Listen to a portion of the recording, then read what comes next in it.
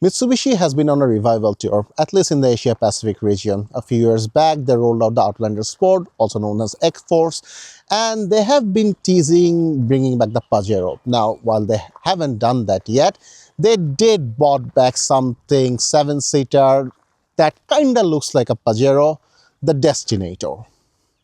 This is the Mitsubishi Destinator, Mitsubishi's latest 7-seat offering for the Bangladesh market.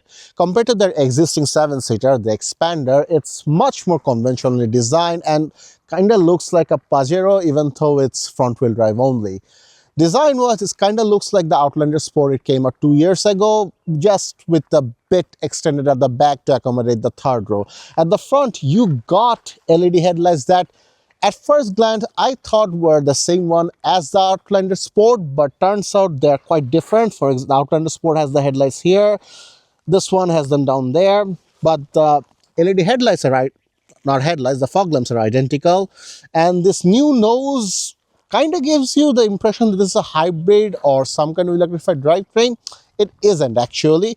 It is a turbocharged 4-cylinder sending power to the front wheels. The power figures are somewhere around 160 horsepower and 250 Newton meters of torque, which moves this car to triple digit in around 10 seconds. Moving to the side, you got this 18-inch alloy wheel surrounded by this anti-Tesla car protection. The car ground clearance is around 214 to 250 millimeter, depending on if you have underbody protection or not.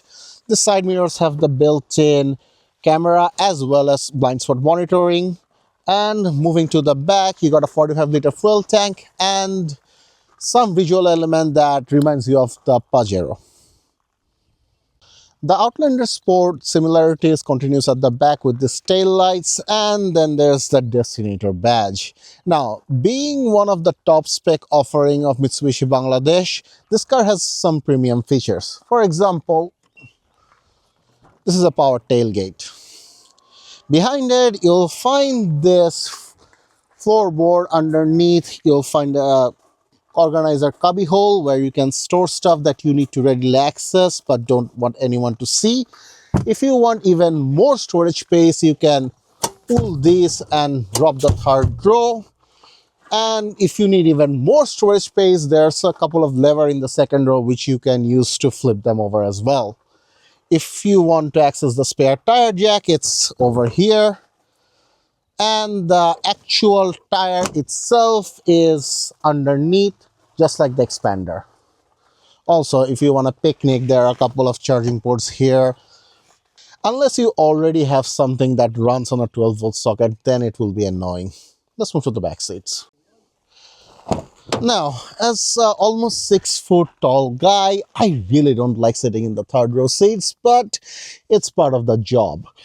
Thankfully, the second row seat can be moved a bit, so if the second row guy feels generous enough, I can have a bit more legroom, which since I'm the only one here, I'm going to fully exercise it. To flip it over, you pull this lever and it goes all the way, and then you pray to whatever deity you subscribe to and pull yourself in. As it is, it's not too bad. I can move my leg, never mind, I can move my leg with considerable difficulty, and if it's there, I can somewhat sit. However, if there's someone in the second row who is as tall as me, I am in for some really unpleasant travel time. Besides that, there are some few nice touches here. For example, third row passenger gets their own individual reading lights, cup holders, a little cubby hole, and 2 dedicated air vents, which honestly, if you are not as vertically gifted as I am, you'll be pretty alright. With that said, I really want to move to the second row, so let's do that. Now, things get much more nicer when you're at the second row. This car, being one of the top shelf offering from Mitsubishi Bangladesh, has a bunch of premium features. For example, this foldable table with a built-in cup holder. And up top, you got a panoramic sunroof, a digital cluster for your fan speed, which is a nice touch, and some quirky things like this pouch for you to store your phone in, which although, let me see, not exactly practical, unless you want your phone halfway done. If you're willing to risk it being a bit floppy, yeah, it will work. Beside the pouch up here, you also got a pouch down here to store something you want that isn't a device, a couple of USB to charge your devices, and if you pull this down, much like the Outlander Sport, you got a couple of cup holders. Again, this comes at the cost of not having a middle row passenger, but that's true for any car with center cup holders. Up top, you get your dedicated reading lights and a nice touch overhead air vents, which something I've only seen on a car that is either Chinese or very expensive, making it a rather premium feature. Also, another nice premium feature are this Yamaha 8-speaker audio system. They actually sound quite nice. With all that said, let's move to the front seat. Now, if you've seen our Outlander Sport review, if you don't, I would recommend you check it out. This should feel familiar. This entire steering wheel gauge cluster situation is identical to the Pajero's, well, not Pajero, the Outlander Sport, and both of them are inspired by the Pajero's gauge cluster, as evident by this incline meter. In fact, this 12.3-inch center console has a lot of off-road themed stuff in it. There's the avionics, altitude, driving score, which is a bit weird, fuel economy, which makes sense, and a few other features you can see here. A neat feature I personally found is that this car, being a turbocharged engine, has a boost gauge that is built in, which, even though it's a family cruiser, is fun to have. Beside that 12 inches, there's also a 5-screen fully digital gauge cluster that is sunken in for the driver. It also shows a bunch of data and is quite useful. Moving to the rest of the center stack, I have a confession to make. I'm 32.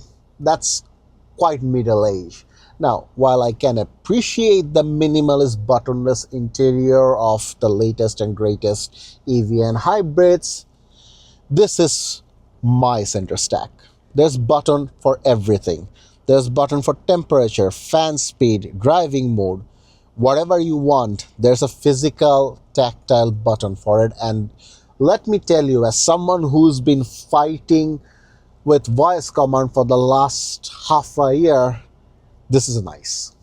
Underneath this wall of buttons, you got two USB ports, a 12-volt socket, and a wireless charger, which basically covers everything. Behind the wireless charger, you got the gear lever, the start-stop button, a physical drive mode button, an electronic parking brake, auto hold, a couple of cup holders, and if you pull this up, a ventilated center console, which is a nice premium touch.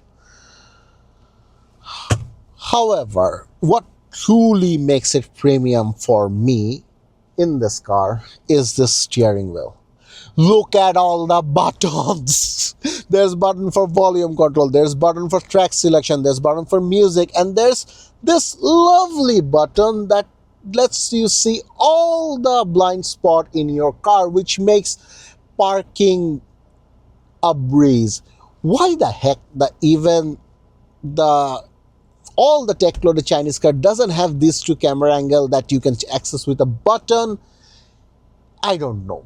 I prefer this much more than the 3D version. I'm sure you can have this set up in those cars after you fiddle with the settings and up, but the fact that you can do it in this car with just one button press works it for me. Up top, you got controls for your panoramic sunroof, giant bezel telling you if the kid's wearing their seatbelts or not, and folding this down reveals the vanity mirror with built-in light. Overall, it's a really comfortable place to be. And oh, one other thing I forgot, the driving seat is powered. With all that said, let's get into driving this thing. Alright, driving the Destinator. I don't think I need to spell out the obvious. The name is one of the few issues I have with this car. I don't get it.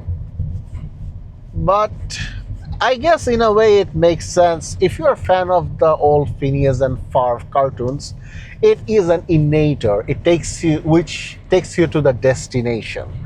Hence, Destinator. That said, the driving experience of this car is same as the Expander, perfectly adequate. In fact, I would go far as to say it's better than perfectly adequate. It's perfect for a family hauler.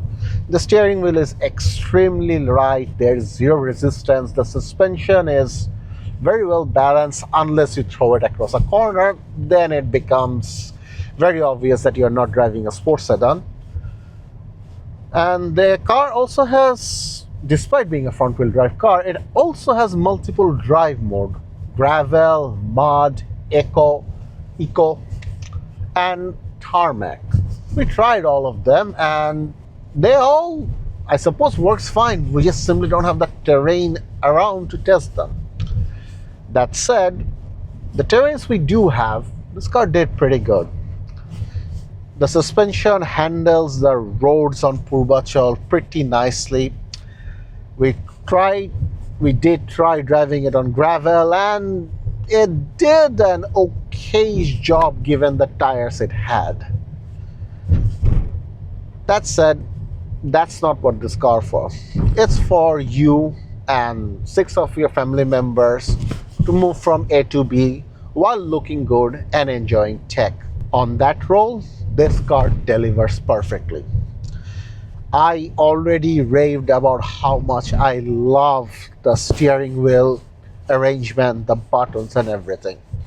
I also love the seat arrangement. They're comfortable, they're nice on the back, and when you are bolting this car at 80 kilometers per hour on the expressway, you don't feel the vibration, you don't feel any of the bump. This is a not bounce, a perfect, or hell, I will say, for me it's perfect.